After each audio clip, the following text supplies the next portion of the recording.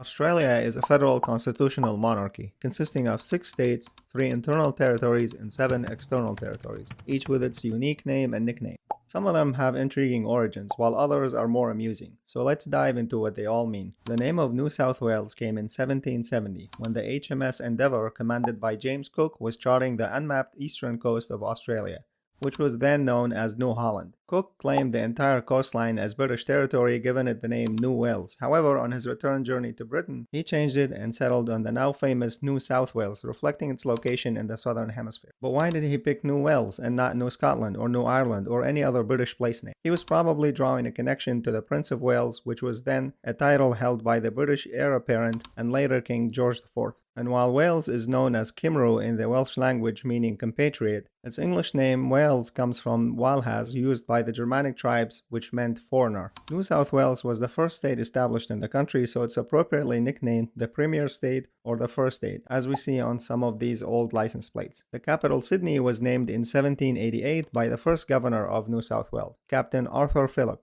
He named it after the British Home Secretary Thomas Townshend, who was the first Viscount of Sydney. But Thomas's title ultimately comes from Robert Sidney, the first Earl of Leicester. But the Sidney family rose to prominence in the Tudor period, and their story is pretty cool, but their surname most likely originates from the Anglo-Saxon locational name Sidan Igi, meaning at the wide island or at the water meadow. And there's also some folk etymology stating that Sydney comes from the French place name Saint-Denis. And before all that, the Aboriginal people in the area called it Warani. Next we have Victoria, which split from New South Wales in 1851 and got its name after, of course, Queen Victoria. Similar to the next state, Queensland, and every other place on this map. And just like New Jersey here in the States, Victoria is nicknamed Australia's Garden State. And that's because of its fertile soil and annual rainfall. And besides the Garden State nickname, Victoria is also known as the Education State. The capital city of Melbourne was incorporated as a crown settlement in 1837, when it was named after the then Prime Minister of the United Kingdom, William Lamb, who was the second Viscount Melbourne. And he got that title from his father, who was made the Baron of Melbourne in England. And the name of the English town was first recorded in the famous Domesday Book as a royal manor, and it meant mill stream or the mill by the stream. Moving to Queensland, we see that the first European settlement there began in 1824 as a convict penal outpost until 1842.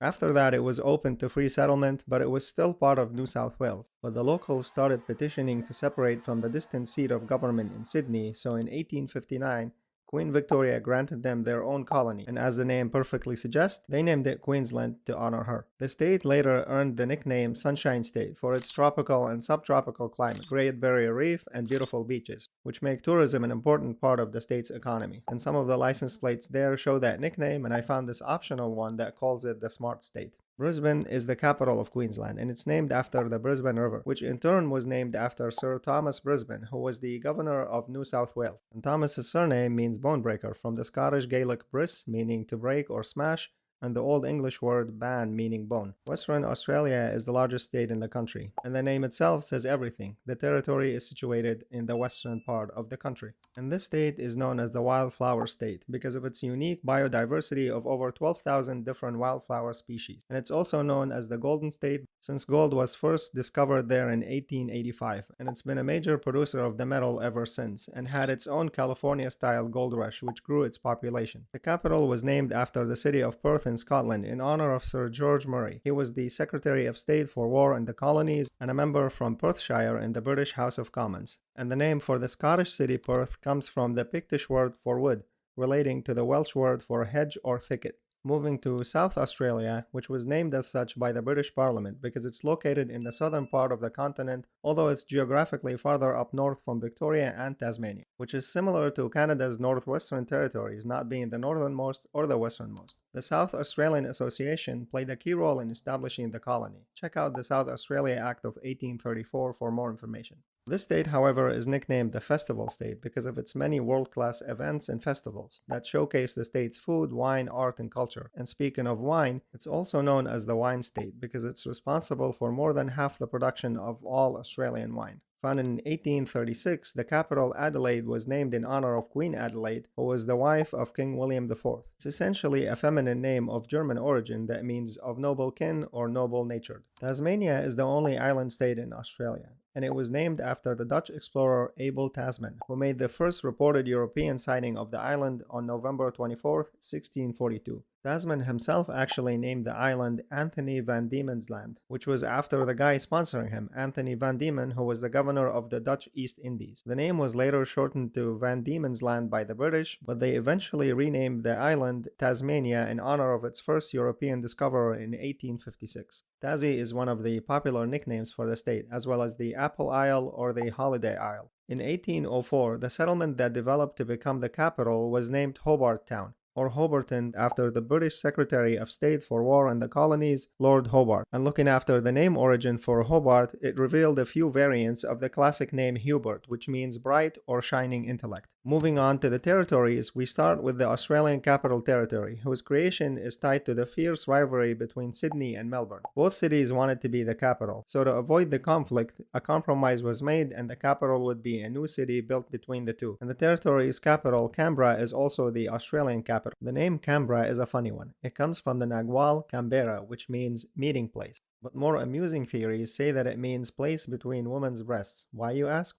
Well, Canberra is a flat land between Mount Ainslie and Black Mountain, that's why. But during the city's planning, other names were proposed like Aurora, Captain Cook, Kangaroo, Swindleville, Union City, Gone Broke, and many others, each funnier than the last one.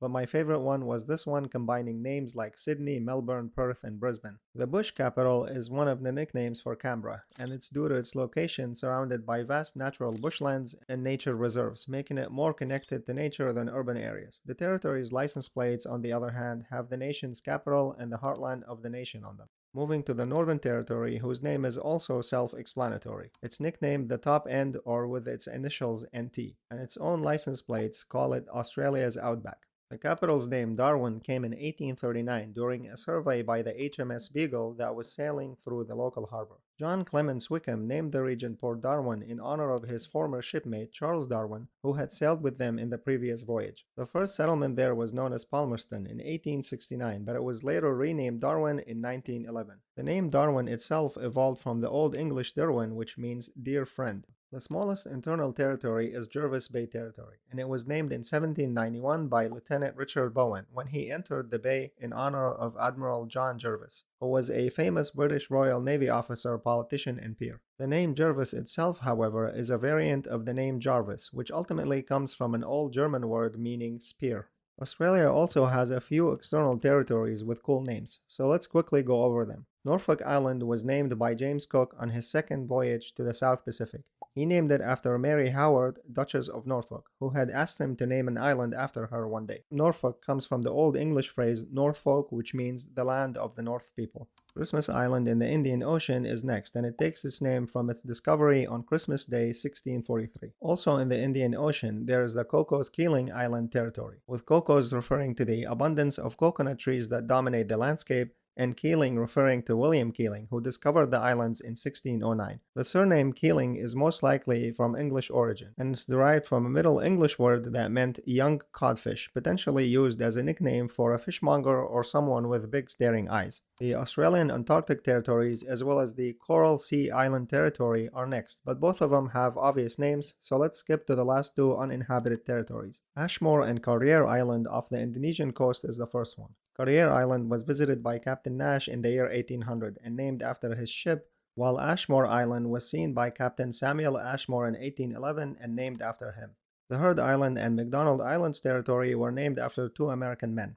American sailor John Heard discovered the Heard Island in 1853, while fellow American William McDonald discovered the McDonald Islands the following year. Thank you all for watching. Subscribe and like for more, and I will see you next time on Council of Knowledge.